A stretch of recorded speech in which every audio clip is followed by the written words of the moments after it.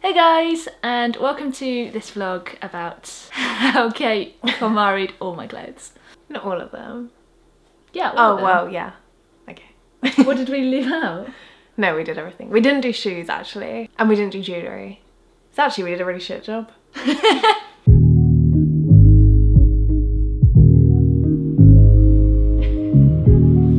is a good angle. Alright, let's do this. Today is Saturday, January the 14th, 2017. We're limiting ourselves to clothing today because I think anything else might be You a bit say of an undertaking. limiting, but I have a lot of clothing. I think it'll be fine. Do you? Right, let's get all the clothing out, shall we? Okay. Oh shit. So first of all, we follow the KonMari method, which is to take everything out of your cupboard and your drawers, your laundry basket, your clothes hanger, like back of the door, everywhere that you have clothes stored, and just chuck them ideally on your bed. Jesus Christ. Gonna go get my laundry. That's over here. You think I have too much stuff to go through in categories? Yeah, you're probably right. I think the category is just from top to bottom. Are there any coats out there? Yep.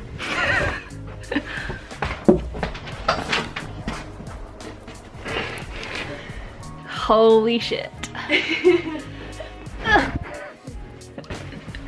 And the point of this is so that you see the volume of all your clothes, and it's supposed to make you overwhelmed. That didn't take long. And we're done! That's actually not as much as I thought. There's a lot of individual items though. It's gonna be like the paper scenario in the study, isn't it? Where it's like really dense. Yeah.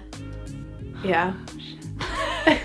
The next stage was to touch every item and to hold it and ask myself basically whether it sparked joy or whether it served a specific function. And then Okay, continue. And then based on Frit's reaction to how she felt about each item of clothing, we put it into one of 3 piles. So the first pile was to keep, and they were the items that definitely spark joy or that are going to be really useful in the future. Does this spark joy? Woohoo! Yeah! So yeah? Yeah, I'm gonna wear it now. So we found that the utility items were generally sort of sports clothing, anything to do with your running or cycling.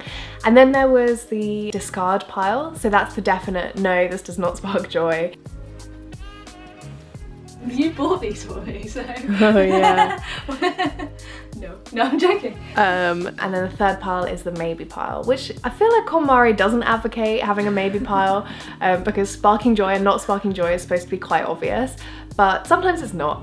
So we had a maybe pile, which was things that Frit wanted to try on or think about a little more, and they were usually things which she either couldn't remember how they looked like on or sentimental items that were a little bit harder to let go of. This scarf here I've had since before uni, I think. It served a really good purpose, but actually like it's really frayed and well loved. It's hoarded the limelight for maybe a bit too long, so I think we're gonna give this one a bit of time to shine and get rid of this one. I love you. Thanks for being such a good pal. No. I think in reality everyone needs a maybe pile.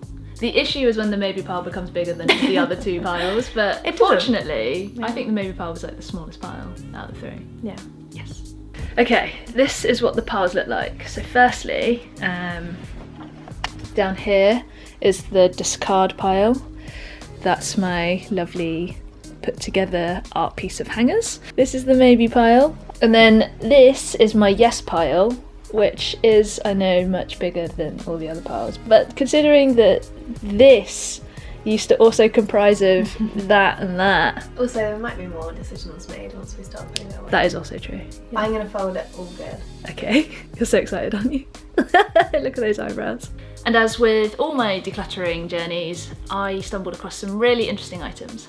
These pair of harem pants just bring back really funny memories. Kate and I went travelling around 5 countries in Asia, and I bought these, and on the first day, I ripped them in the crotch.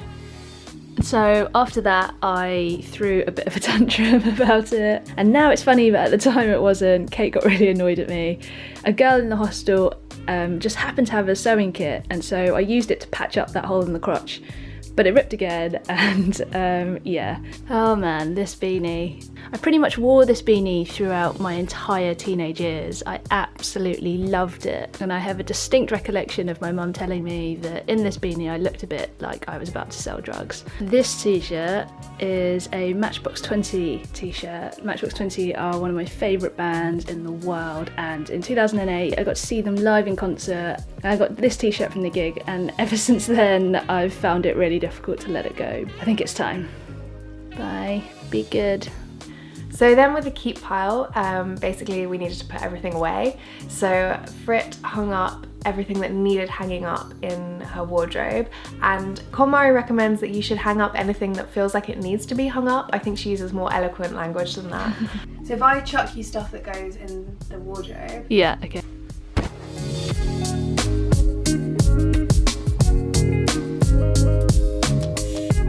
Good job, babe, that looks great. Yeah? You like? I like. This is what my wardrobe currently looks like. So Kate told me basically heavy things to lighter things, and then dark in colour to lighter in colour, from left to right. So previously I had coats and jackets and stuff just like hung up all over the flat, didn't I? Like on hooks everywhere. And now they're all just in the wardrobe. Like there's no coats and jackets hanging anywhere else, is there? There's one.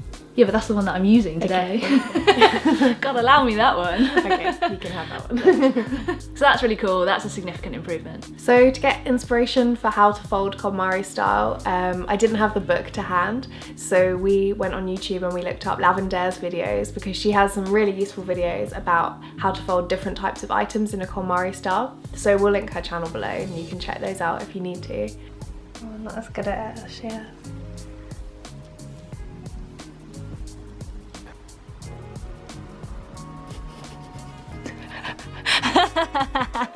Little pause. Yeah. I'll tuck the scarf in. Alright, my turn to try. Show you the music. Woohoo! Beautiful. No, that's good. No, you don't. That's good. And this is what it looks like now. Okay, so if you remember, all of my tops and t-shirts and trousers were in sort of 3 piles, and now these are all the tops that I own, which just seems crazy that I used to have 3 piles of them, and now this is all I have. This here is my underwear drawer. These are my trousers, PJ bottoms, shorts, and this stuff here is my running and cycling stuff. These here are my jumpers, little polar paws. And finally, this drawer's always a bit of a bugger, is more of my running stuff. Yeah, so I've gained lots of space in these drawers, which is awesome. Okay, tiredness is definitely hitting. I'm powering through. Yeah, Kate's doing real good. This is now the discard pile. Well done. And now I need to separate into sell and donate.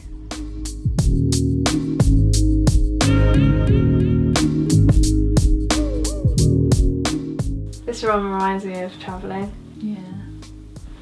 I used to love shopping in Primark. It's terrible when I think about now how much God, number one, money I waste, and number two, like how unethical it is. And I'm loving secondhand shopping. You don't want to let go of it, do you? Keep it, babe, if you want it. You've got rid of so much. Put it behind you. Physically.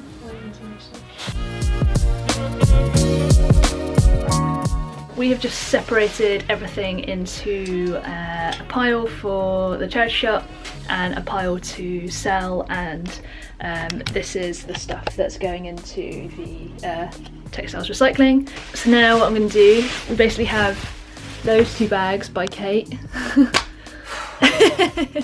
that are going to the charity shop tomorrow, and then this here is my to sell pile. I'm putting them all into a drawer that we cleared out earlier. So this is what the drawer looks like now. This side here is what I'm going to try on eBay, and then this side is what I'm going to try and put on Depop. So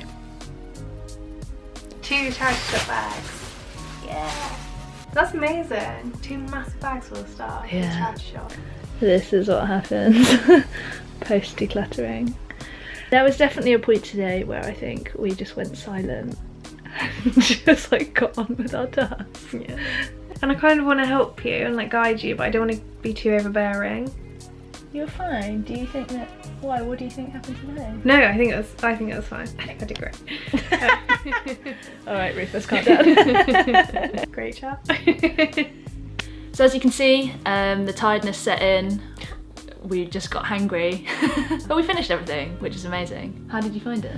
I think it went really well. I'm really proud of you because I think you got rid of loads of stuff that you didn't need anymore, and I thought you were quite ruthless as well when it came down to it. I think it took you a minute to like get into it. A minute? Wow. I think it was 10. 20. We got rid of so much stuff. We have loads to donate and loads to sell, so hopefully you'll make some dollar. And it was fun. I get a kick out of doing this anyway, so I was always gonna have a great time. I genuinely really enjoyed it. Like, I was quite hesitant when you first suggested it. Kind of in the lead up to it, I started looking at my clothes already and was like, oh shit, I've got so much to go through. Yeah. But I remember sort of thinking that if you hadn't have been there, actually I would have given up like way sooner. And like not have been so decisive with some stuff. I probably would have just gone, oh, I don't know about this, so I'll just keep it. But I feel like instead of doing that, you were like, oh, I don't know about this, so I'll just get rid of it, which I think is better. Was I like that? Yeah, you kind of were. What do I mean? I have looked through the drawers and my wardrobe again and still feel like I've got way too much stuff. I guess that's one point about the KonMari book, is that she says, you know, tidy up properly once and you'll never have to tidy up again. And I'm sure that's true for some people, but I really think that there is definitely power in doing a second or even third pass of your things, because I think emotionally our ties to things can kind of weaken over time, which is really helpful for getting rid of things.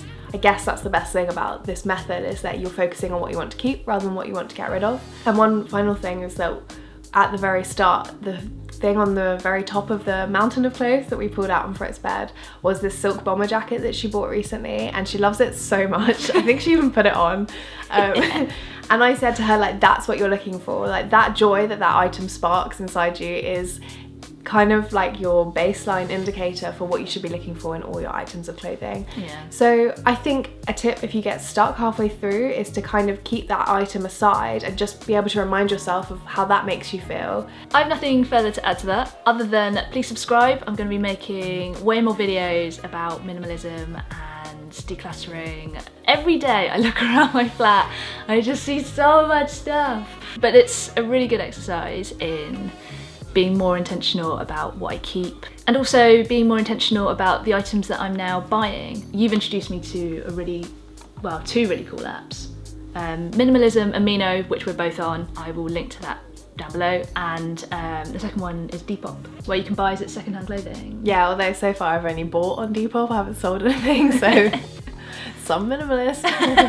It's good because you're buying secondhand clothing, it's usually in really good condition and it's so cheap as well. And you can still buy ethically on there, like if you want to be intentional about the brands that you purchase and that kind of thing. So yeah, Frit's going to try and sell some of her stuff on Depop because it's very straightforward. And the final thing to say is please give us a thumbs up, and I will see you in the next vlog.